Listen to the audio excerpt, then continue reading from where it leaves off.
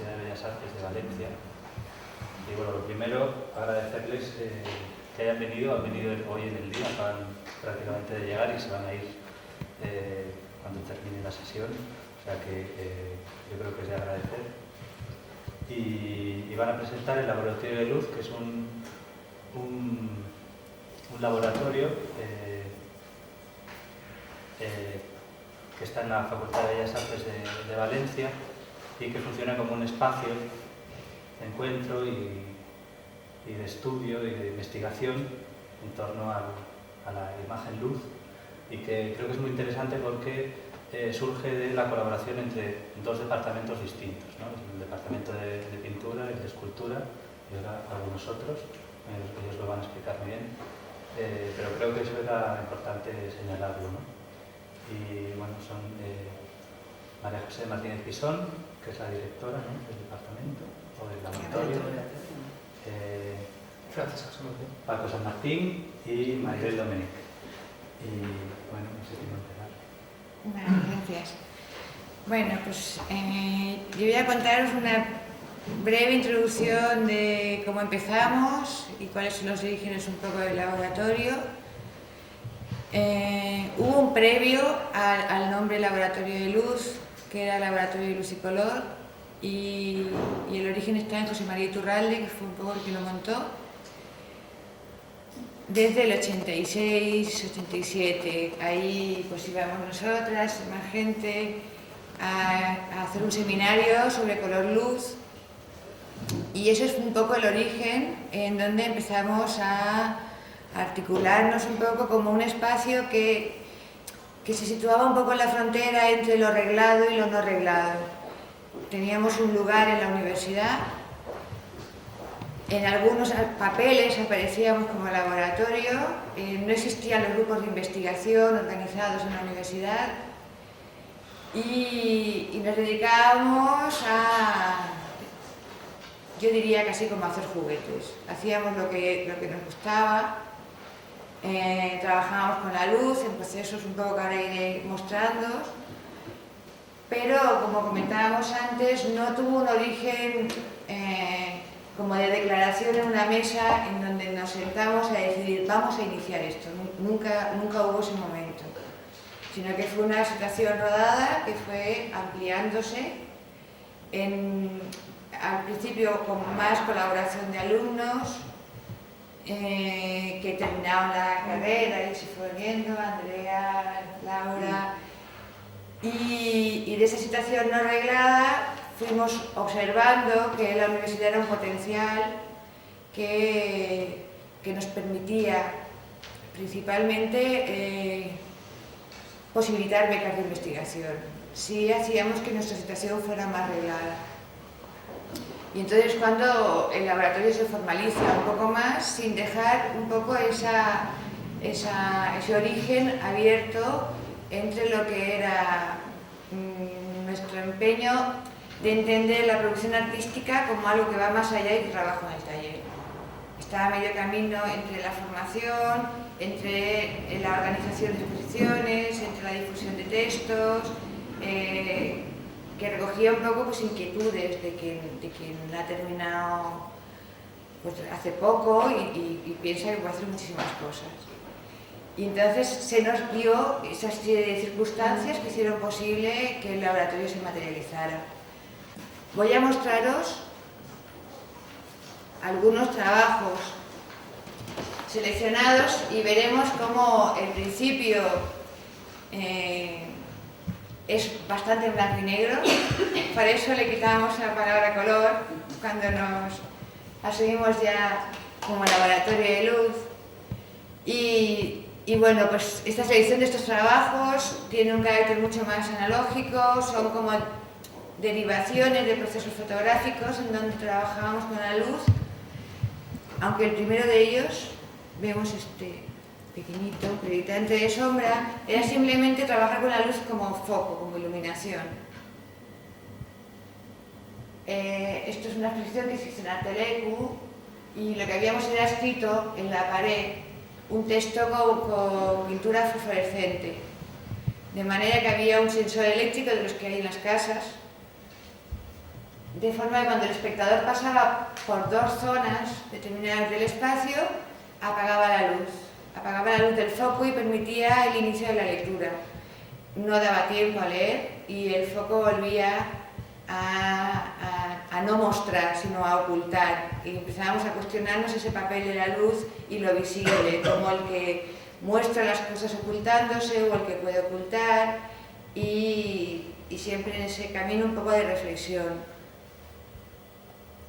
Nos marcó mucho la idea de la mirada como continuidad o como discontinuidad, y entre los medios en donde nos atrevimos a meternos después de eso fue el cine, que es un medio maravilloso, y después de este proyecto vimos que inalcanzable, porque los costes son muy elevados, y entonces, bueno, en cine solamente hicimos este proyecto, lo explicaría así rápidamente. Lo que vais a ver está multiplicada su velocidad es un tercio, vamos, dura 3 veces más, pero para que no se nos haga muy largo aquí, lo vamos a ver. Es una proyección de 16 milímetros en donde filmamos el propio espacio en donde se iba a proyectar. Colocamos una pantalla translúcida y intentamos generar un recorrido circular en bucle que recorría un fragmento de esa pared iluminada y nada más. Realmente, aunque lo que hemos guardado de ese proyecto es esta visión del espectador hacia la pieza, era igualmente interesante o más la mirada contraria, lo que era la cabina de proyección, en donde, bueno, pues había montado un sinfín lleno de bobinas, en donde los 7 minutos de la filmación eran, pues yo creo que 35 metros de película girando en toda la habitación, con una maquinaria así como muy maquinal. La idea de nuevo era que la percepción era casi sentirte viendo y observando la sombra o la vibración que tú proyectabas en ese espacio de doble imagen. Muy influenciados entonces pues yo qué sé, creo que por todas las teorías de cuestionamiento de la representación, del deseo de representación más que nada, del deseo de querer ver y decir sabiendo tu dificultad de enunciar nada. Pero era un doble tejido, ¿no? Había Sí. una distancia, eran 2 pantallas que Entre la estaban pared separadas. y la pantalla pues había 50 centímetros o más. Se puede percibir Sí. en el espacio. Tuvo muchas dificultades en el sentido de, bueno, pues que era una maquinaria compleja donde una persona tenía que poner en marcha todos los días. Habían días que la ponía, días que no la ponía. El propio sistema pues requiere de mantenimiento, cuidado, un sinfín, es un aparato un poco complicado. Y entonces nos empezamos a dar cuenta ya de todas las dificultades de introducción de este tipo de dispositivos en lo que son espacios expositivos. Hemos llegado a extremos en donde es complicado que, pues eso, que haya alguien que continuamente tenga que darle play a una estación. Cuando es una máquina de cine, la historia se complica un poco más. Y entonces empezamos a hacernos nuestros propios aparatos. Como el cine superó, o sea, nos arruinó totalmente, entonces empezamos a crear una especie de cine que era un camino intermedio entre la fotografía y el cine. Era como una diapositiva, realmente una diapositiva de 175 centímetros, que podíamos empalmar con una empalmadora de cine y construir un aparato que lo pudiera proyectar. Aquí, aunque Moisés no ha venido en esto, Continuidad Invisible de Cambio es un proyecto realizado en 2 fases. En la primera se diseñó una cámara estenopeica circular con 8 estenopos por los que se filtra la imagen panorámica del espacio, registrando ese ángulo de 360 grados sobre una diapositiva de 170 centímetros de largo. En la segunda fase se diseñó una maquinaria para proyectar la imagen registrada. Sobre una plataforma giratoria se sitúan 4 proyectores de diapositivas modificados para que el film pueda circular entre ellos, contraponiendo el movimiento de la plataforma y el del film. La imagen va deslizándose por el perímetro del espacio, adaptándose, desvelando los objetos registrados.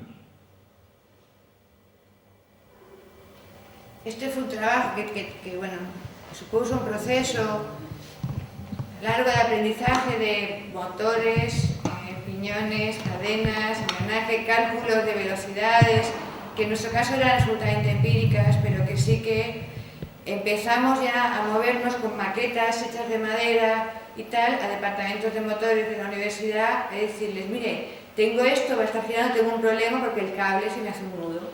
Entonces empezamos a entender, bueno, pues los sistemas que podíamos utilizar para la transmisión de la electricidad, tal, y ahí unos primeros pasos de hacer una imagen en movimiento diferente, sin las limitaciones económicas del cine y que también tiene una particularidad que nos era gustosa, que no... Hicimos 2 versiones de este trabajo, 2 versiones más. Este es un proyecto que le llamamos Perpetuum Mobile, se hizo para el canal Isabel II de Madrid, para proyectar en el depósito de agua, que lo conoceréis. Entonces lo que hicimos fue de nuevo filmar con la estenopeica. En este caso no era nuestra cámara que le llamamos la galleta circular, que tenía 8 ojos, sino era semicircular. Y en lugar de utilizar algo que nos gustaba mucho para el proyecto anterior, que era la imagen accidental, es decir, la galleta la colocábamos, era la cámara, la colocábamos allí donde la colocábamos, calculábamos los tiempos de exposición que eran larguísimos. Y en este caso no, la imagen era una imagen mucho más pensada para el lugar donde se nos había pedido, y lo que colocamos fueron vasos con agua y cucharas. Las colocamos delante de la estenopeica y conseguimos un film que luego digitalizamos y imprimimos sobre un cristal que aguantaba temperatura. Un cristal que tuvieron que llevar a... Y bueno, aquí muy sesgado, este sería la posición del cristal y este foco a su vez tenía un motor que lo hacía girar. O sea, como siempre tenemos un doble movimiento, el movimiento de esta plataforma de cristal sobre el foco, de manera que el foco tiene como un espacio de proyección determinado que va recorriendo lo que sería la impresión del film circular y luego montado, más o menos se percibía así.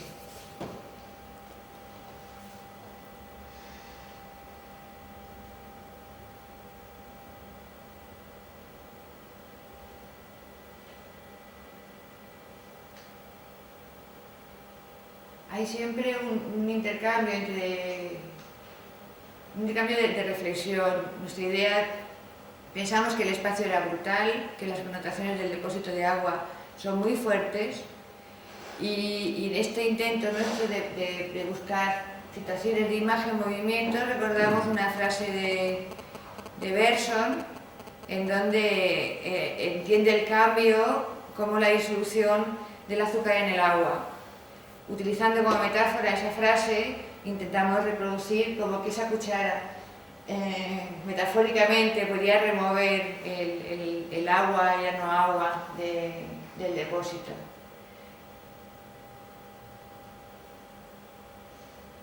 A nivel de imagen había una relación muy dura entre el grano de la impresión que era serigráfica del cristal con el propio grano, o sea, con los remaches brutales del depósito.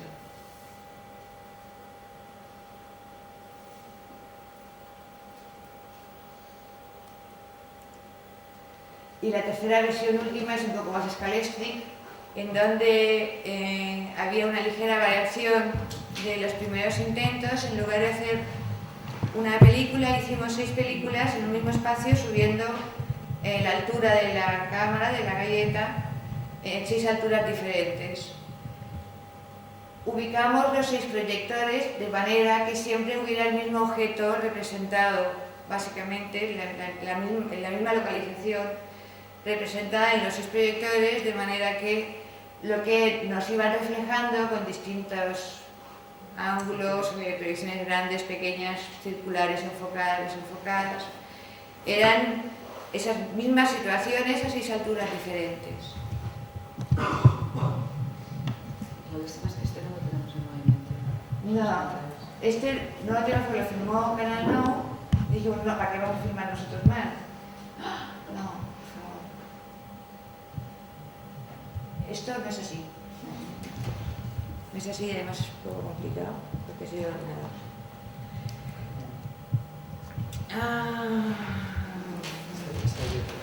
Está calentado, estoy harta, y siempre que hay una presentación tiene que hacer una de estas. Bueno, voy a dejarlo enfriar un pelín y sigo explicándolos tranquilamente.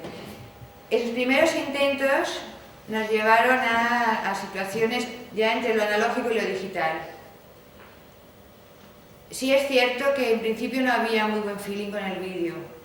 Los sistemas del vídeo para esos registros que buscábamos de situaciones perceptivas, de cuestionar la visión, bueno, requerían sistemas de iluminación fuertes y todos nuestros intentos al final acababan abandonados y volvíamos a lo fotográfico.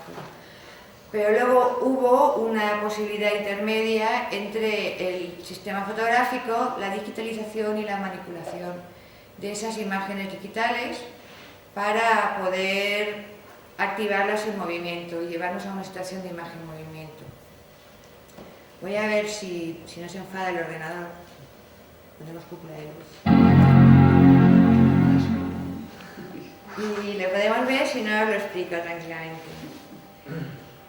La siguiente situación era un poco intentar reflejar no la percepción, no cómo vemos las cosas en tanto que contemplación o como cuestionarnos el ver, sino en tanto que experiencia. Es decir, yo puedo recorrer este espacio y entonces... No se va a arreglar. Tengo una experiencia de continuidad, hay cosa que la imagen fija me la niega en muchos sentidos. Entonces empezamos a registrar fotografías secuenciales en recorridos y luego a fusionar, a buscar encuentros o a forzar encuentros entre el ir y el venir. De manera que el conjunto que se te daba era una mezcla de esas dos situaciones. Tarjeta gráfica, te voy a matar.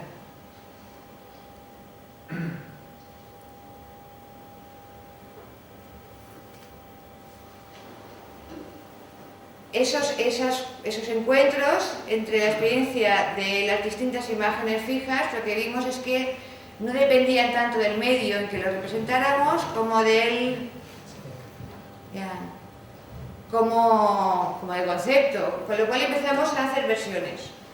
Y fue la primera cosa que había determinadas piezas que igual tenían una versión que iban en proyecciones de diapositivas con unidades de fundidos.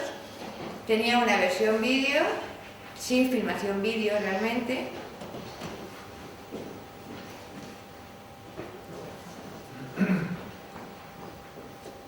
Y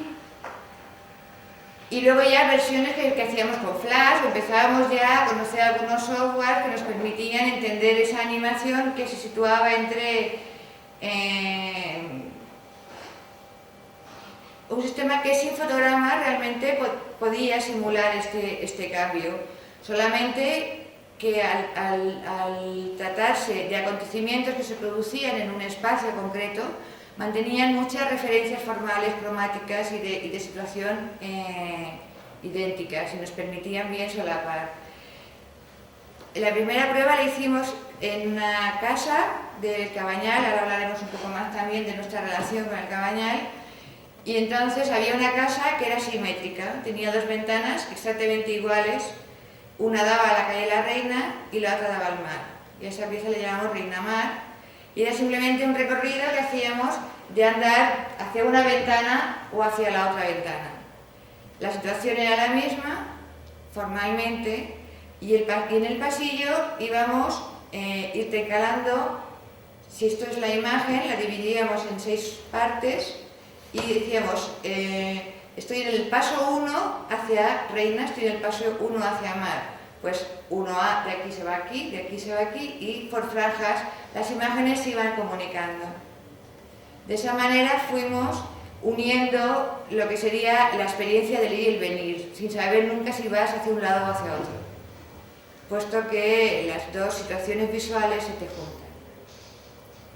No, ayer, sobre todo, un poco hablando del contexto, ya que no tenemos imágenes del proyecto, que es precisamente cuando se ha fundido el ordenador, pues se trata todos los años, desde hace 7, pues se organizan un evento artístico, se denomina Cabañal de Portes Obertes, porque lo organiza una plataforma cívica, una plataforma ciudadana, que defiende el barrio histórico de Cabañal. Y entonces muchísimos artistas, y el laboratorio, pues ya que parte de los afectados por este proyecto pues pertenecemos al laboratorio, pues desde luego ha sido sensible, y el Cabañal Asado, pues incluso en proyectos recientes vamos a verlos pues reflejados, ¿no? Entonces todo lo que es ese espacio tan crítico como es el espacio público, pues ha sido utilizado por nosotros en muchos proyectos, y es una de las líneas de investigación pues que también llevamos en el laboratorio y en el departamento, ¿no? Aunque no todos los proyectos son así, pero sí principalmente. Y yo creo que Reina Mar inició, ¿no?, en esa primera... Inició, entre otras cosas, el color, porque empezamos a trabajar con color, cosa que hasta ahora los sistemas fotográficos que nosotros controlábamos nos llevaban al blanco y negro, y también había una querencia que le podemos llamar de muchas maneras, pero vamos, está claro que hay un gustito por el blanco y negro, hay un gustito nostálgico y tal. Nosotros queremos manifestar nostalgia de futuro, no nostalgia de pasado, pero aún así había un sentirnos a gusto con esa escala de grises en donde nos movíamos. El ordenador nos trajo primero el color y después el sonido, o sea que fue ampliándonos un poco las posibilidades.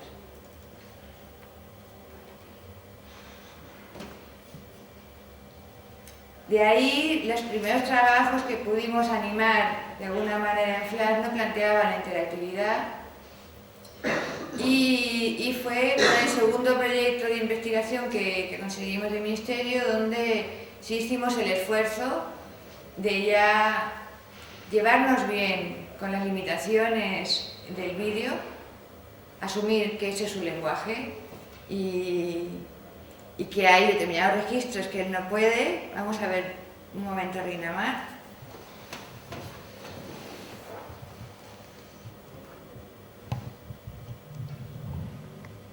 Lo bueno fue que para esa convocatoria de Cabañal Portes Obertes se proyectó en la casa con la unidad de fundidos de diapositivas.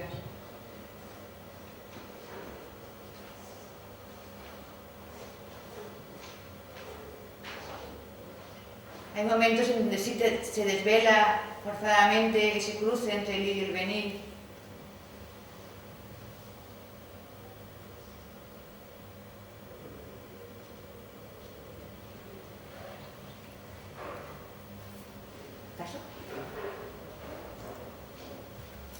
Bueno, y esta es la primera pieza que hicimos interactiva.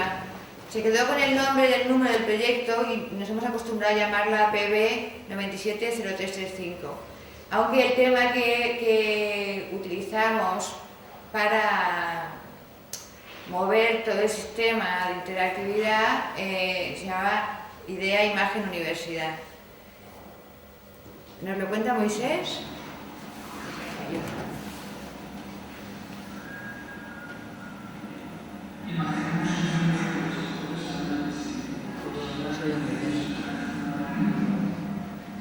Esto es PB 970335.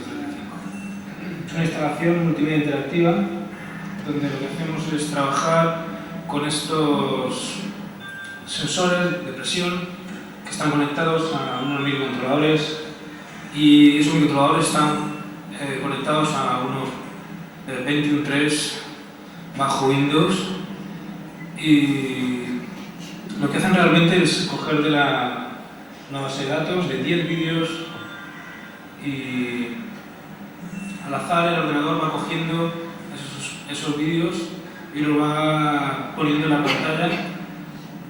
A la vez veis que hay un segundo plano con otro vídeo pequeño, va creciendo y decreciendo lo que es el espacio de la pantalla según tú piensas los diferentes sensores. Hay 3 piezas, una es idea, la otra es imagen y la otra es universidad, que nos dicen un poco la idea global del laboratorio de luz acerca de este proyecto sobre la universidad. Bueno, en ese momento éramos 10 miembros en el grupo y entonces cada uno de nosotros hizo un vídeo de 1 minuto, un vídeo o una animación, no tenía por qué ser formato vídeo exactamente, sobre su idea de la universidad. Y lo que entendimos es que en conjunto lo que hacíamos era una máquina, por llamarla así, que era capaz de mezclar esas ideas y mostrarlas como colectivo, entendiendo que, bueno, metafóricamente la universidad se mueve por el esfuerzo de todos, pero si el espectador no se mueve, si el espectador no activa, no pisa ese espacio, nada cambia. Y si tú tienes una voluntad de cambiar, tienes que empezar a moverte por ese espacio y a pisar las cosas.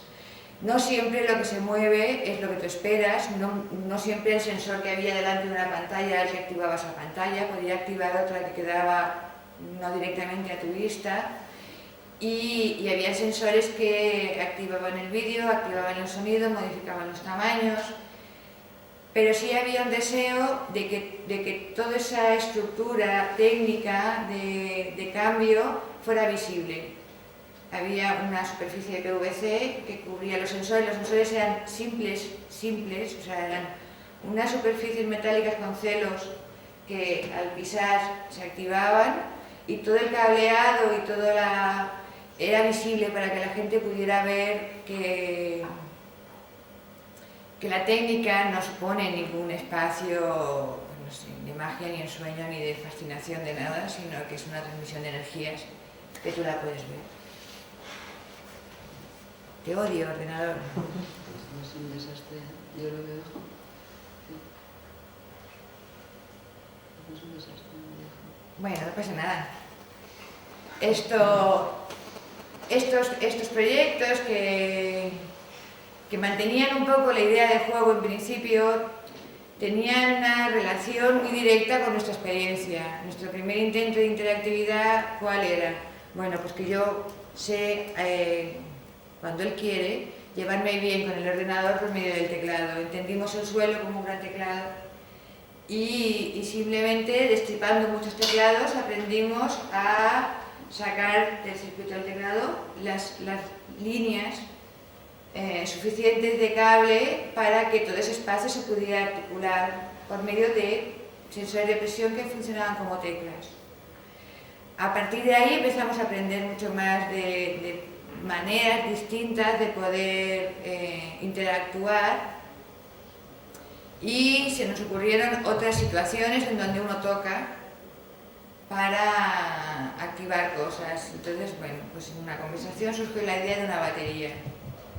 A partir de ahí surgió la pieza de Batterie Cinema.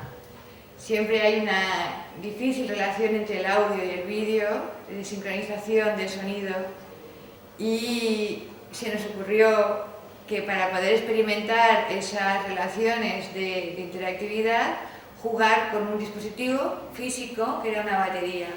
Utilizamos una batería muda de ensayo que nos permitía que la relación no fuera tan radical entre piso y no piso, en función de la fuerza con que yo le voy a estar tocando esa batería, tengo un rango de actuación determinada. Eso nos llevó a conocer más sobre los sensores y sobre los dispositivos que nos permitían trabajar con eso. En este caso era el IQES.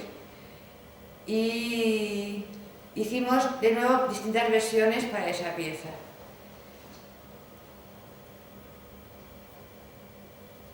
El hecho de tocar la batería nos llevó a la idea de remezcla y partimos en una primera versión del intento de remezclar distintos planos de las películas de Godard. Elegimos 4 películas de Godard y nos hicimos una base de datos brutal, que seleccionaba de cada una de ellas 40 primeros planos, 40 planos americanos, 40 planos generales, 40 movimientos de cámara, de manera que según los 4 platos que tú tienes para tocar la batería, tú elegías primer plano, plano medio, plano americano, movimiento de cámara.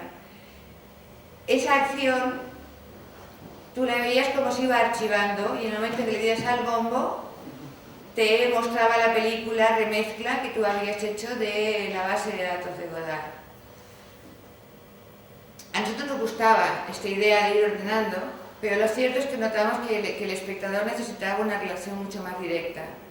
El hecho de estar trabajando para el futuro no era propicio para la interactividad, que necesitaba un si yo pego ahora, no me digas que lo voy a ver luego. Entonces hicimos la versión 2 de Batterie, que en lugar de hacer este cúmulo y esta selección de planos, trabajó solamente con una secuencia de una película de Beckett que se llama Film. Cogimos la última secuencia de la película de Beckett, que es un recorrido por la habitación hasta que, metafóricamente en la película, él se ve a sí mismo y se asusta de su percepción. Y entonces intentamos que cada uno de los platos de la batería actuara en función de algunas de las órdenes del propio script que mantenía para la filmación de la película. En esa película, que va también sobre la percepción, hay un registro en donde la cámara no puede estar a más de 45 grados del actor. El actor es Buster Keaton. Y entonces hay siempre una reacción extraña de Buster Keaton cuando se ve observado, cuando se siente observado. De manera que en 2 de los platos de la batería viraban la imagen hacia 45 grados. Una de ellas nos lo aceleraba y el otro no lo ralentizaba.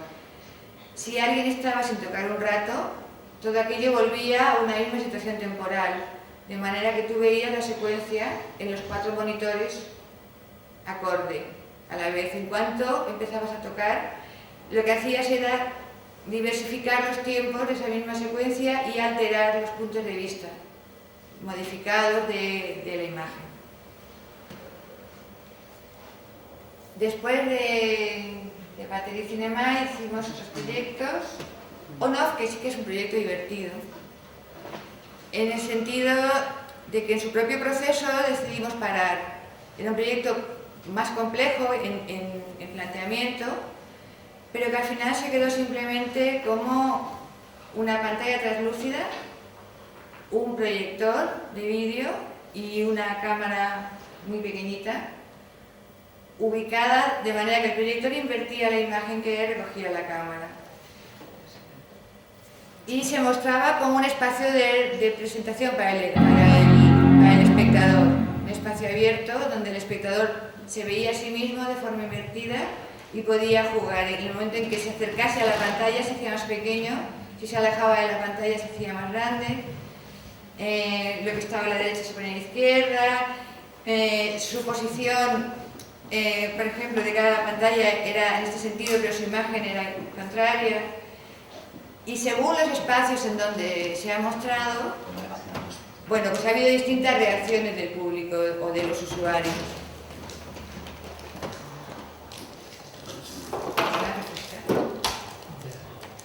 Realmente, si fueran 2 tacos, dejaría la parte de abajo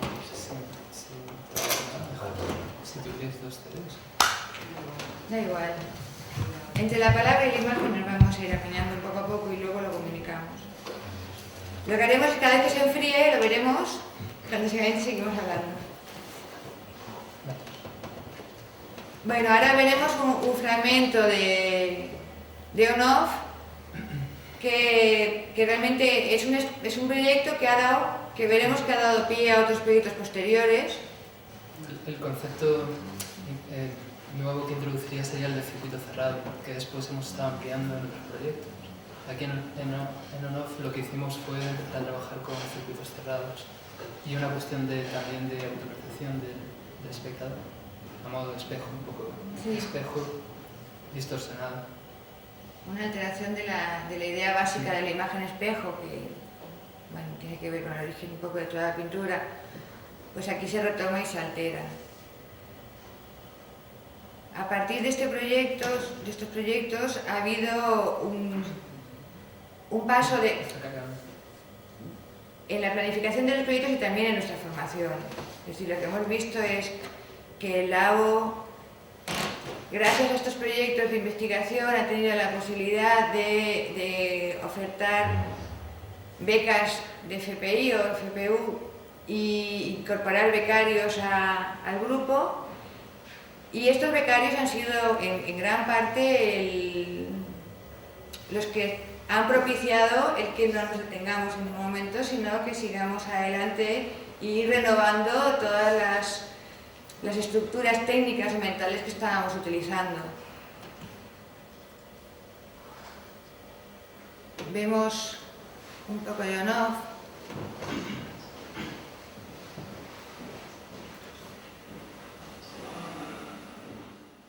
Y casi lo que voy a saltar es saber un poco un proyecto que he traído que está en proceso. Se presenta frente al espectador como un sistema de representación abierto, un espacio escénico donde el protagonista es el propio espectador. Mediante un sistema simple de circuito cerrado, con proyección invertida de la imagen registrada, el espectador multiplica su presencia con diferentes puntos de vista y escalas reflejados en la pantalla.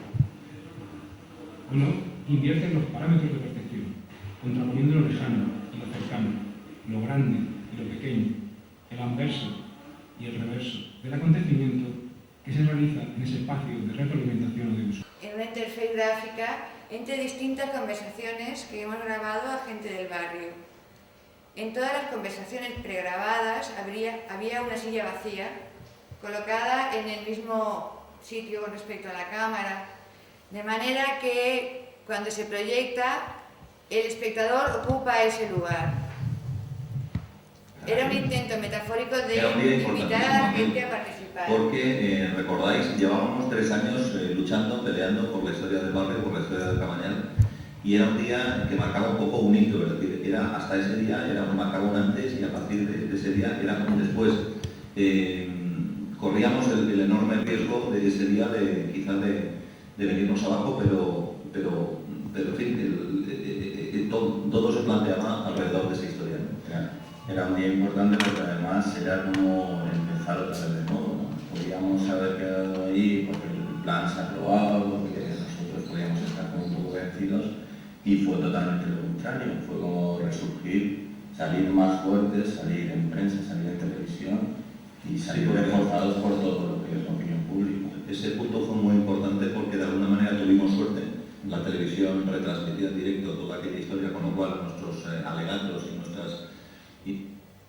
Habían 4 conversaciones, vamos a ver un fragmento de 2, pero realmente el personaje transparente es el espectador que no está en esa conversación. Aprobarse a la obra, aprobarse a la persona que es de la casa, que es de la plataforma, que a la vegada aprofita també l'espai per a explicar per què obre la casa, que són les que l'Ajuntament vol interrogar. Aleshores, crec que és algo que crea una unión, una simbiosis muy interesante y muy innovadora como experiencia, torno a repetir, com per a l'espectador com per a l'artista i al propietari, que realment és una experiència molt interessant, el poder disfrutar purament de l'obra. Pero eso yo creo que es una complicidad, ¿no? Que se introduce en un proyecto que yo creo. Muchas veces, bueno, el espectador, al verse reflejado dentro de esa imagen, pues su actitud es la que él decía en ese momento. Había gente que jugaba, gente que se faltaba con la imagen de las personas. Normalmente suele ser una reacción simpática, primero de desubicado y luego de ver cómo al hacer así con la imagen pues te relacionas con lo otro que tienes al lado y yo pienso que básicamente sí que se entendió ese deseo de invitar a la gente a participar en una problemática que la gente le comentaba. Vamos a ver, bueno, estos son proyectos en proceso que están sin acabar. Esto es un proyecto de realidad aumentada, todavía está solo en pruebas, tenemos que diseñar los gorros, Sí, los gorros son brazaletes, tenemos así como un vestuario, ¿no? Con todas pero estas simplemente señales. es un sistema muy fácil de mezclar lo real y lo virtual por medio de un sensor visual, que es la cámara, la que tú ahí como intermediaria. En el momento en que la marca no está completa, cuando él se tapa, lo virtual desaparece. En el momento en que la cámara al final pierde por completo la marca, con que pierde esa esquina superior, lo virtual desaparece.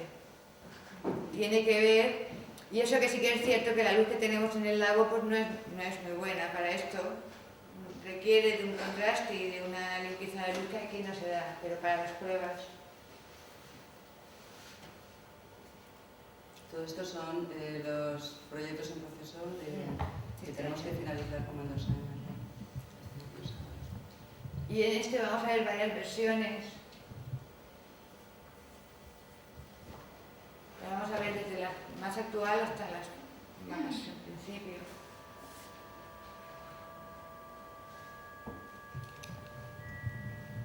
Para esto también construimos una pantalla, al igual que un on-off, ¿no? De doble pantalla con tejido translúcido, de manera que la retroproyección pues, se ve perfectamente ahí. Y bueno, esto, Paco, que llevas ahí más tiempo. Bueno, lo que estamos desarrollando es también la idea de espejo, pero es un espejo que tiene una zona de delay, de manera que el usuario puede ver lo que ha ocurrido hace unos segundos. Estamos utilizando también tracking de vídeo para ver la posición en tiempo real del usuario y de esa manera pasar los datos a la programación y que se vaya moviendo esa franja siguiendo su posición. Y bueno, es una interacción de autorreconocimiento, no sé. Puedes ver lo que has hecho y lo que ha ocurrido hace un momento mezclado con lo que está ocurriendo en el momento actual. Esto lo queremos terminar para mayo, pero no lo sé yo. Es decir, en un par de meses queremos finalizarlo. Sí, es posible que se trabaje también con cierta coreografía. Nos estamos poniéndonos en contacto con bailarines para ver si puede servir como interface para hacer una interpretación. Y también es un proyecto con un futuro, no sé, previsible, que sea multipantallas. Vamos a ver, ¿no? A ver si lo aterrizamos finalmente, ¿no? Pero es hay varias versiones por eso. No. Aquí bueno, hay un momento de la programación que si te apetece la cuentas, eso sí que yo me pierdo. Sí, lo que estamos haciendo es trabajar con Max, MSPGT, que es un lenguaje de programación que sirve para procesado de imagen y audio en tiempo real. Entonces nos permite pues, bueno, conectar con toda una serie de sensores. En este caso estamos trabajando con tracking de vídeo, que es lo que hemos estado desarrollando más a partir de unos módulos de digitalización que se llaman Teleo, y también hemos trabajado con iQubits y otro tipo de sensores, ultrasonidos, infrarrojos, para traquear el espacio. Básicamente lo que hacemos es sacar valores de la posición del usuario en ese espacio que estamos traqueando y enviarlos a la programación para que varíe parámetros tanto de la imagen como del sonido. De manera que el usuario tiene un encuentro con ese espacio y puede ir aprendiendo cómo transformar lo que ocurre ahí, tanto visual como auditivamente. Y bueno, aquí se ve un poco, bueno, cómo está el tipo de material que utilizamos, ¿no? Es un poco un video documental. Sistema de iluminación, bueno, más o menos vamos planteando proyectos de este tipo, como es el caso del espejo, y vamos modificándolo también a lo largo del tiempo, en varios meses, ¿no? Vamos haciendo varias versiones según las dificultades técnicas que vamos viendo o según las posibilidades expresivas que encontramos. Digamos que vamos buscando un sentido, pero se va ajustando.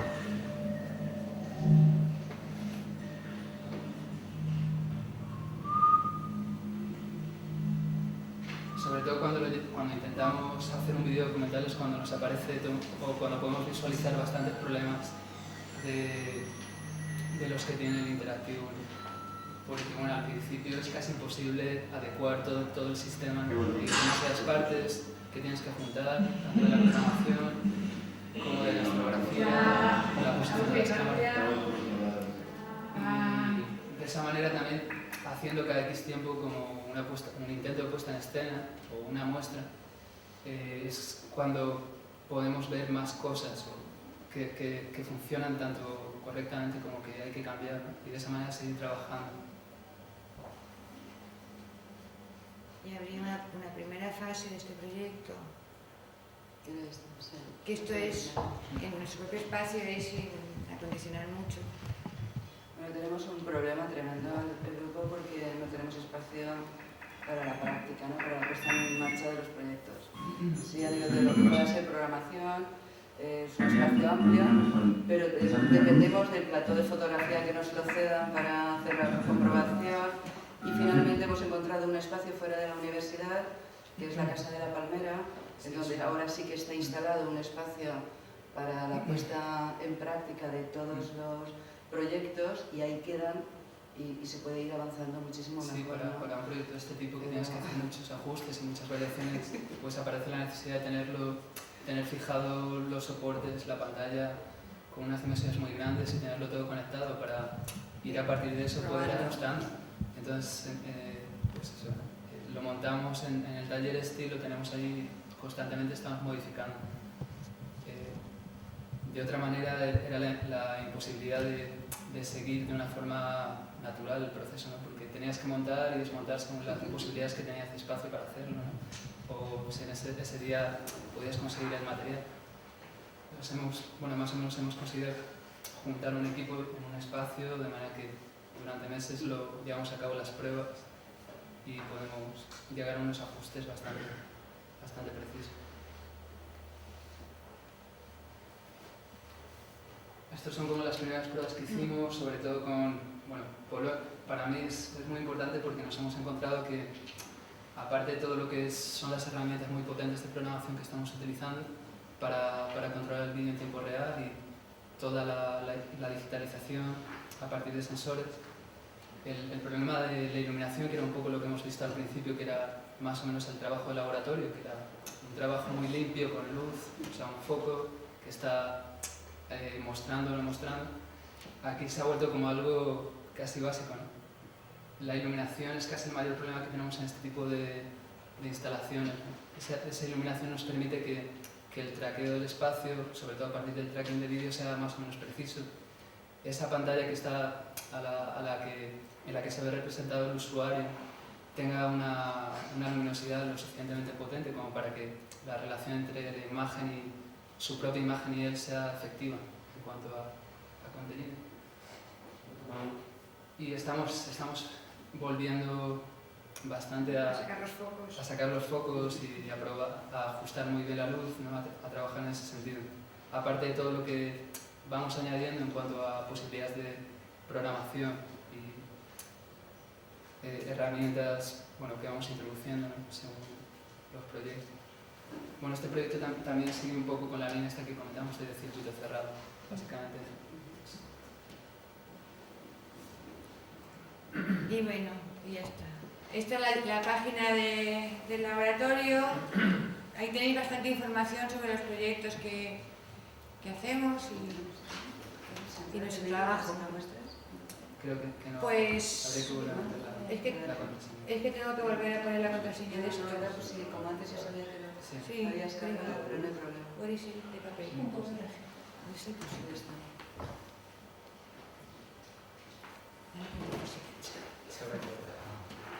Bueno, conversation.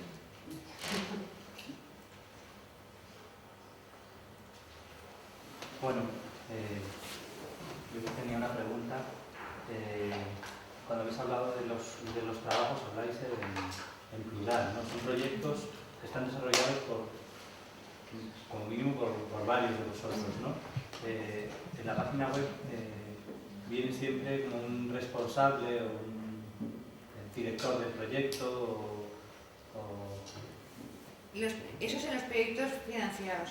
Los Ajá. proyectos del Ministerio, las convocatorias funcionan así. Claro. Tiene que haber un investigador principal que presenta la convocatoria y un equipo. Entonces, normalmente, hasta hace poco no distinguíamos nuestros trabajos entre los que eran proyectos I+D y los que, de hecho, en esta presentación no se distinguen los que son proyectos I+D de los que no son. Actualmente, yo imagino pues, que cada vez vamos adoptando una estructura más arreglada en la medida en que nos hace falta para que, bueno, pues si decimos que hemos tenido 6 I+Ds, es más fácil que conseguir medios para otras cuestiones. Entonces, no es que queramos más a un proyecto que ha tenido un I+D que otro que no lo ha tenido. Sí es cierto que normalmente y por lógica son proyectos en los que hemos trabajado con un tiempo mucho más dilatado y a veces han surgido distintas cosas a partir de ese núcleo. Normalmente pues podemos estar 3 años trabajando en un proyecto. Hay muchas versiones, hay muchas variables, llevamos al límite de determinadas posibilidades. A partir de aquí la idea muere, ya no es lo que era. Nos permite investigar mucho más en el tiempo, el saber que durante 3 años tú puedes estar haciendo un proyecto. Luego hay peticiones que son más de espacios institucionales que te dicen, para marzo nos hace falta tal. Y entonces es otro tipo. De todas formas, la ventaja que tenemos, siendo como somos 18 personas, evidentemente no estamos los 18 ubicados todos en el mismo proyecto. Desde el momento en que se tiene que traquear imagen, pues hay un grupo de 3 o 4 que están trabajando en esa área. Si hay que hacer una documentación o búsqueda de referentes, hay que estar, pues, otro grupo se encarga de documentación. Ahí sabes que somos como pequeños grupos, no hacemos los 18 personas pues todo lo mismo, sino que realmente pues generamos un producto entre todos, ¿no? Pero cada uno con pequeñas parcelas de tareas, ¿no? De trabajos. No sé si te referías a eso. Sí, no, la idea de que se trata todo de proyectos de carácter colectivo. Sí, Sí. pero todos lo consideramos exacto. Sí. En ese, no tienen ¿cómo diría yo? No se personaliza en un grupo determinado. La idea es que sean proyectos de laboratorio y nuestra idea desde el principio era poder mantener ambas situaciones, ¿sabes? Es decir, que tú puedes conocer a Maribel Domènech como la obra de Maribel Domènech o a Paco San Martín como la obra de Francisco San Martín o su participación como la obra en el grupo. Es una situación que está entre el trabajo de colectivo, lo que no anula el trabajo individual. Y las colaboraciones con otras instituciones o con otros artistas o ¿habéis tenido alguna experiencia en ese sentido? Bueno, hay algunos artistas que sí que vienen allí a poder pues, trabajar, ¿no? Para sus producciones personales. Pero para trabajar para el laboratorio, no. Es decir, han venido pues, un poco a ver si los podemos ayudar en la producción de sus trabajos y los han desarrollado y ya está, ¿no? Pero no hay un beneficio de aportación personal por el momento. Lo que pasa es que sí que hay, Emanuel, ¿no? Es un estudiante de informática, pero que él quiere participar en el labo, se ha metido porque es un espacio abierto para trabajar. Casi el labo desde el principio tenía un poco también ese sentido, pero había mucha gente interesada en el tema. O Gregorio, que viene del Conservatorio de Música, o ahora Carlos de informática, es decir, que ahí se viene y se trabaja en proyectos colectivos. No sé si era eso lo que preguntabas. A mí me gustaría comentar me llamo Javier. Y me parece que casi algo que resume vuestro trabajo bastante es esa limpieza de la imagen en la manipulación de lo existente, ¿no? Quiero decir, que vosotros cogéis la realidad tal cual es y la manipuláis y la ofrecéis, pero no manipuláis realmente la realidad física, sino que la manipuláis en el interface, ¿no? La manipuláis en el espacio ficticio que creáis donde hay un espectador ficticio desdoblado que también interactúa y que también ha sido manipulado. Pero me resulta curioso eso, que no deis el paso hacia acá, ¿no? Que siempre estáis detrás de la pantalla. O es así, ¿no? A lo mejor en algún proyecto os habéis puesto a construir o como hacíais al principio. Lo cierto es que sí que hay, Paco ha empezado una serie de cosas, lo que pasa es que eso está un poco más parado, y sí estamos un poco saturados de la pantalla. Sí, o sea, comentarios de... Bueno, actualmente lo que comentamos es que queremos hacer cosas de domótica. Pero... Sí, que llega un momento en que la notas hay una cierta pesadez de este...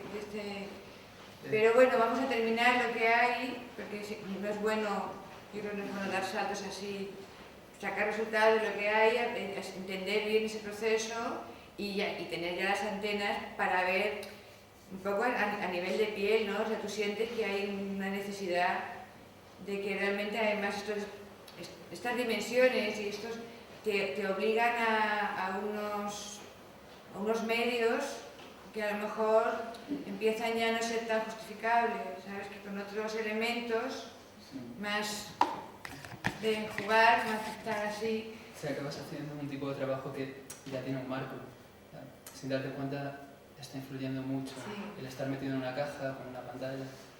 Y sí que lo en algún momento viendo algunas cosas me recordaba Baldosera, por ejemplo, ¿sabes? Ese tipo de estética y de interacción también, ella introduce la sombra del espectador, que interactúa, tal, pero lo que es curioso es que Baldosera, como tiene objetos físicos en el espacio, que son escultóricos, si quieres, pues digamos que eso agarra al espectador en otro lugar, ¿no? Entonces ahí, no sé, claro, es muy difícil ver una cosa que la estás viendo, una cosa que se desconfigura además, pero me hago un poco la idea y digo, ¿no te dejas un poco fuera o finalmente funciona? De hecho, ese medio intento de sentar al espectador en la silla dentro de una conversación... O tocar la batería, el hecho de tener que situarte a tocar una batería, eso fue una de las... Hombre, cada vez la gente se acostumbra a tocar más, a implicarse más. Yo recuerdo que las primeras piezas no eran de proyección de luz sin más, que era una luz proyectada así, en un espacio, intentando jugar a anular sombras posibles y tal.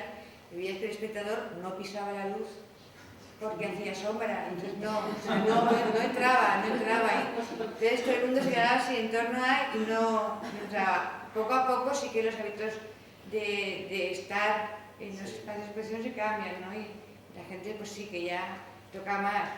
Subirte a tocar la batería era complicado. O sea, era más normal que la gente lo viera y tenías un poco que generar el ambiente gamberrillo allí un poco de invitación a que la gente subiera a tocar. Sí que bueno, otra cosa que nos hemos planteado, sobre todo a partir de PD, es qué tipo de interacción o buscar la variedad de interacción con el usuario que puede haber. Ahí trabajamos con un tipo de sensores que eran muy visibles, sensores de presión, y actualmente, bueno, también utilizamos las marcas en la AR, pero estamos probando bastante con tracking de vídeo, que es un tipo de sensor que, bueno, estás ahí, reflejas luz, y entonces, bueno, es traqueado. O sea, digamos que hay una desaparición también de ese dispositivo intermediario, ¿no? Para introducir datos, a partir del que, no sé, se queda un poco más borrado. Hemos trabajado un poco, quizás separándonos de lo que sería pedir una interacción concreta, ¿no? Buscando un poco más más intuitiva, o el simple hecho de estar allí hace que haya unas variaciones y a partir de eso pueda haber o no un aprendizaje si tú quieres o no jugar. Digamos que no es algo obligado. Creo que lo has visto, como que no funcionaba a lo mejor la interacción. No, lo he visto como una necesidad vuestra, pues el hecho de que de pronto veía como esa necesidad de sentar al espectador ahí, ¿no? Esa necesidad como de trascender esa realidad y siempre estabais en el otro lado, ¿no? Entonces me parecía un poco, pero justo el de la batería no lo he visto. Eso lo has explicado, pero no lo tenía por presente. Sí. Bueno, en ese hicimos dos versiones. Entonces, una pusimos la batería sobre una peana, cosa horrorosa. Pero claro, para estar todo el cableado estaba abajo, ¿no? Y entonces los monitores quedaban más limpios. Y ahí nos dimos cuenta de que nadie sube ahí a la batería. Y entonces la siguiente ya estaba todo a ras, nos daba igual, ¿no? Era una cosa, pusimos una moqueta, de manera que todo el cableado estaba por bajo y al estar a ras pues ya funcionaba perfectamente, ¿no? Y sí que se animaba, porque tocar la batería es algo que que no sé, que te impulsa a sentarte y ver qué sucede. Y de todas formas era algo pues realmente que no había ningún tipo de instrucciones, ¿no? Sino que el usuario experimentaba y veía. Y la segunda versión, que muy bien ha explicado María José, al ver que tú cuando haces aquí, ahí pasaba algo, entonces sí que verdaderamente se quedaba un poco con la experimentación de sus posibilidades, que en el otro tocaba y al cabo del rato aparecía su edición, ¿no? Entonces eso vimos que no. Pero como pasa siempre, ¿no? Tienes como que experimentar, ver qué sucede, modificarlo, porque no nos cuesta nada modificarlo. Es decir, precisamente en una exposición, cuando lo ponemos, ¿no? ante el público y ver cómo interactúan, es cuando te das cuenta de que hace falta, ¿no? Los cambios y se tiene que hacer. Si tenemos oportunidad, los hacemos, los cambiamos inmediatamente, porque no es fácil. Ahora mismo de realidad aumentada, ¿qué proyectos tenéis? ¿Que nos habéis enseñado? ¿El de Diego y Clara? ¿Alguno más? ¿O? Sí, el único ensayo que tenemos aquí es este, pero hay dos proyectos más en marcha. Uno sin marcas, trabajando con un sensor inercial y un tracker, y con tablets PCs. La idea es que en la tablet PC tú al moverte puedas ir visualizando una serie de... La idea completa sería, hay un espacio virtual no visible que lo que representa son fragmentos de páginas. Y la idea es llevar la relación de la realidad aumentada a lo sonoro, más que a lo visual. Tú tienes los pedazos de páginas que sirven como para pequeñas pistas, para ubicarte, y en función de donde tú te ubiques, conectas con una narración u otra. Este creo que lo tenemos en la web, ¿no? Notebook está en la web. Sí, en la web más interés es las 3 W, lavoluz.org, y ahí la tenemos, porque hemos colgado todos los proyectos que están también en proceso. Sí. Pero eso es más de audio, ¿no? Es un proyecto sí. Me funciona puesto que va a ser a través del monitor de la tablet como tú vas a poder ubicarte, vas encontrando los elementos para situarte en el espacio. Pero el objetivo no es lo visual, sino que simplemente cuando tú te encuentras te van contando cosas. Y de este hay varias versiones. Está el rostro, está también la idea de que haya una serie como de imágenes que puedan surgir, como cintas de imágenes, de información que puedan surgir. Que giran alrededor del usuario. Y un intento de poder controlar eso por medio de móviles. El otro día estuve viendo un vídeo de una demostración de un americano, o no sé si era americano, era un francés, y era una demostración de un cochecito, cómo iba andando. Él iba, de repente le aparecía en la mano una flor o una varita mágica, iba dándole instrucciones al cochecito. Luego sobre el recorrido y el circuito donde iba el cochecito aparecían nuevas construcciones y estaba ya en un grado avanzadísimo.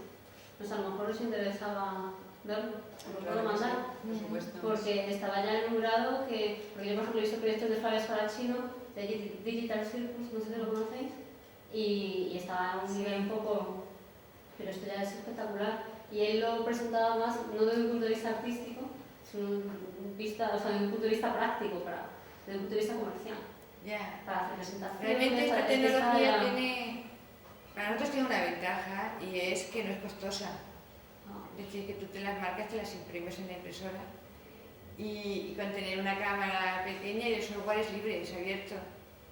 Con lo cual no requiere una tecnología de presupuesto grande, porque si no, no podríamos entrar en ello. Y también es bueno porque es puente, sí que es un elemento muy puente entre lo que es el mundo de la aplicación, y sería bueno desde el campo del arte el pensar lo que implica mucho como experiencia, implica muchísimo. O sea, el propio sentido de la percepción y de mi experiencia está alterado. Simplemente pues será ponerse un poco en torno a esto, a empezar a mover parámetros. Es decir, lo normal es que la marca esté ahí y que el ojo se identifique con mi visión y que aquello responda a mis movimientos. El caso que hemos hecho nosotros aquí ha sido modificar eso. la marca está en el sujeto, la relación sujeto-objeto la hemos alterado. Ajá. Entonces, realmente la marca está en el propio sujeto, que se observa con su identidad absolutamente alterada en el sentido en que lo que se le ubica en el lugar de la cabeza es el rostro de un dibujo animado. Entonces, ir jugando un poco con estos elementos y pensar qué sucede con nuestra experiencia en esa mezcla entre lo real y lo virtual. Aprovechando además eso, es decir, está claro que todo el mundo del vídeo se ha disparado porque ahora no hace falta ni una tarjeta de vídeo, antes valían 1 kilo y ahora con un file tienes todo resuelto y eso es importante, o sea, una tecnología que relativamente es fácil, no es excesivamente compleja ni excesivamente costosa. Y sí que nos puede aportar mucho si empezamos a pensar un poco en torno a cómo mover esos parámetros.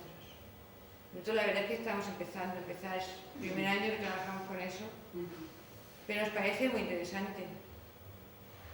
No, además, como cada vez más simplificado, ¿no? Porque en un principio nos planteamos pues, una habitación, ¿no? Llena de marcas, tal, y luego pues realmente empezamos como a sintetizar, porque era un proyecto en el que invitábamos al usuario pues, a transgredir otro cubo de imágenes en movimiento, y eran pruebas, ¿no? Pero tampoco le encontrábamos como mucho sentido al proyecto. Luego pues empezamos a colocarnos marcas y un poco generar esta especie de cascos o de objetos, ¿no? De ropa en los que vamos a ubicar esas marcas y tal, y bueno, estamos probando, ¿no? Estamos a ver qué es lo que... ¿Qué pasa con la interpretación del objeto virtual? Con la interpretación... Pues eso es lo que pasa con la interpretación de la imagen, claro. Genera una extrañeza, un nivel de extrañeza a lo mejor superior por esa adaptabilidad que tiene a tu punto de vista o al punto de vista de la cámara. Pero el problema de la interpretación es el problema de la interpretación de la imagen como elemento simbólico. Yo creo que yo lo situaría al mismo nivel. Pero más allá de la interpretación de la imagen como tal, habéis creado un personaje. Sí. Ese personaje tendrá un comportamiento. Por lo tanto, tendrá el usuario, el que se ponga el gorro. Pero ese es un comportamiento externo, sí, no un comportamiento interno. Es decir, no me va a contar si le duele o no le duele. No. Entonces, realmente sí. Si es posible contar emociones con el objeto virtual. Nuestra intención ahí realmente no ha sido tanto hacia la animación, sino nos permitía utilizar este tipo de muñeco para reflejar pues, algunos aspectos, como decía Jesús, de infantilización de nuestra sociedad, en donde pues hay, pues, no sé, una especie de empatía con los personajes de dibujos animados, de adoptar actitudes infantiles. Pues nuestra intención era esa, es decir, buscar elementos en donde el personaje reflejado fuera consciente, también en que lo desee, de observar que esta sociedad cada vez está adoptando roles infantiles, así cada vez más. Luego había un intento que sí que lo tenemos a nivel de conversación y de hacer 2 pruebas para ver si es viable, que pudieran surgir como palabras a nivel de pensamiento, ¿no? De que con móviles tú pudieras mostrar simbólicamente una manipulación del pensamiento. De todas formas, también es verdad que en la medida en la que tú manipulas la imagen corporal, estás manipulando la estructura corporal, estás manipulando la forma de comportamiento. Es decir, que a lo mejor no puedes mostrar sentimientos, pero los induces, ¿no? En la medida en la que haces que ese yo que aparece ahí sea un rol diferente del tuyo y sea un yo que no eres tú, estás modificando tu conducta para adaptarte a esa forma que aparece ahí y hacerla jugar de una forma que tú jamás te moverías, con lo cual estás reeducando o reconstruyendo la estructura del intelecto. Sí, pero estás trabajando sobre ti, no sobre la imagen. Te estás modificando y te estás preguntando es el proceso contrario. El que la imagen pueda hacerte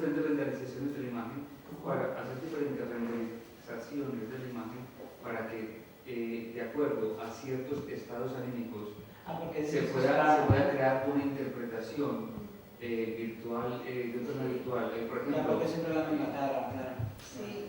Bueno, tenemos varios personajes. No ha salido todavía. Aquí ha salido una, porque eso es para varios usuarios y cada una te puedes transformar.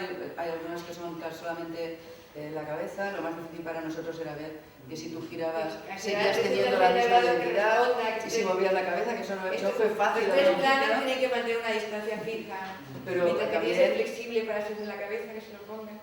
Es un poco como Spy, ¿sabes? Es un poco la realidad y luego meterte en los dibujos animados con esa transgresión, ¿no? de que todo vale y la verdad es que durante las pruebas pues hay diseñados varios personajes, ¿no? Hay ahí, no todo el usuario va a tener ese rostro, sino que lo que intentábamos era con diferentes marcas, pues distintos personajes que convivan, pero es del mundo de dibujos animados, ¿no? Queríamos ver un poco esa mezcla.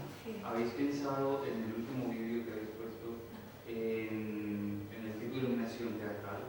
Sí. Es decir, en hacer una iluminación más, no tan plana como la que da el Tomasito que tenéis puesto ahí en el vídeo, sino más concentrada, tipo recorte o tipo fresno. Lo hicimos con focos de recorte, lo único que pasa es que en los espacios donde hemos hecho los ensayos tenemos problemas de distancias y sí que sabemos que el problema de esa pieza es resolver la iluminación. Tenemos que estar haciendo ensayos y ver un poco también soluciones adaptables a los espacios donde pueda ir, porque no podemos buscar soluciones de distancias así un poco difíciles, y encontrar un equilibrio entre la iluminación necesaria para el espacio de actuación y las necesidades de la proyección, que esos son un poco incompatibles, pero bueno. De todas formas, de lo que has dicho antes, sí que es cierto que hay unas aplicaciones que utilizan la realidad aumentada, que tienen que ver mucho con el campo de la psicología y que pueden ser interesantes. A mí me cuesta, es una relación que me cuesta.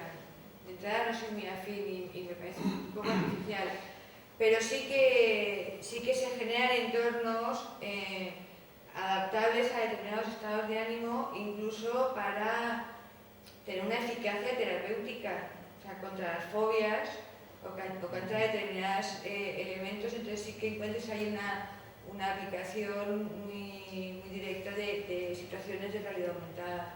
Hay mucha gente que en ese campo, entre la medicina, la psicología, la psiquiatría y tal, están haciendo aplicaciones de esto que son interesantes. ¿Qué líneas de búsqueda tenéis en los proyectos en que estáis ahora? ¿Qué estáis buscando? Pues la verdad es que somos muchos, ¿eh? O sea, empezamos siendo pocos, entonces somos muchos. Entonces si yo te hablo, a lo mejor te hablo un poco por mí, aunque ya nos hemos empezado a organizar por diferentes líneas de investigación, en donde hay gente que ves que está más centrada en la problemática esta de la realidad aumentada, o del procesado de vídeo en tiempo real, o pues, de los lenguajes audiovisuales y su problemática con los géneros. Realmente nos hemos articulado ya por líneas de investigación. Yo creo que las situaciones básicas en torno a la imagen y la percepción es el origen, y que algo queda de ese origen, pero que realmente ya nos estamos abriendo en distintas líneas. Sí, además en la página web se ve que hay una vocación de difusión y que realmente el Laboratorio de Luz no es solo un centro de producción, sino también de reflexión teórica, ¿no? Sí. No somos teóricos, pero sí que hay... Sí. ¿Cómo combináis claro, está la revista y luego también la organización de talleres y de seminarios también, ¿no? ¿Cómo combináis la parte, la reflexión teórica dentro de los proyectos de investigación que todos? Claro, porque es que la investigación lo requiere. Claro. Sí, hombre, yo creo que la Bellas Artes es un espacio intermedio entre el experimento y la reflexión filosófica. Por eso creo que es difícil todavía los modelos de investigación en Bellas Artes, que todavía no están muy claros. pero somos medio hacedores, medio pensadores. No se puede entender que no tenga un contenido, claro, una búsqueda. Se puede entender como una técnica o una reflexión. Es decir, cada proyecto de estos, pues ha habido una conceptualización primero para buscar luego de qué manera, pues no solamente utilizar la técnica por la técnica, sino porque realmente para nosotros también esto es un medio, es decir, que como para cualquier trabajo de producción artística, ¿no? Fuera de la tecnología, es decir, que los instrumentos que tenemos, que nosotros manejamos, pues es un medio, pero no es el fin, en ese sentido. No sé a qué te referías en la pregunta, perdona. Los contenidos. La línea de investigación y también qué importancia tienen los contenidos. Los contenidos fundamentales. Lo formal claro. Es quizás lo que está más subrayado. A lo mejor es lo que he comunicado yo más porque me era más fácil, sobre todo con los problemas que he tenido. Pero no, normalmente se nos acusa de lo contrario, de espesas. Sí, bueno, ahora espesas porque somos más, pero en principio que empezamos más mujeres, nuestra revista era un ladrillo. Así un ladrillo se de Bellas Artes, esa cosa tan pesada, tanta filosofía, tanto tal. Y no, yo pienso que intentamos equilibrar. De todas formas, yo creo que todos los proyectos, lo primero cuando nos los planteamos, ¿no? Es decir, vamos a firmar un proyecto, está la parte de conceptualización de los proyectos, la búsqueda de documentación, búsqueda de referentes, es decir, vamos a ver quiénes están más o menos trabajando dentro de la misma línea y verdaderamente pues luego pues la búsqueda de la experimentación. Cada proyecto que nos hemos metido ha sido una aventura porque no controlamos ninguno de estos medios cuando nos metemos en ellos, sino yo creo que el presentar los proyectos desde el principio, no sé si se ha percibido así, pero ha sido un continuo aprendizaje, uno nos ha llevado al siguiente y siempre ha sido como puertas abiertas a la experimentación y al conocimiento, no solamente de la técnica, sino también de diferentes campos. En los distintos departamentos, yo soy del departamento de escultura, ¿no? Y en el de pintura, no solamente el laboratorio del grupo de investigación somos interdepartamental, sino que también tenemos 2 programas de doctorado interdepartamentales, ¿no? Es decir, que intentamos sobre todo, pues, no sé, trabajar de una manera en que los conocimientos de distintos campos, pues, utilizarlos, ¿no? En este sentido.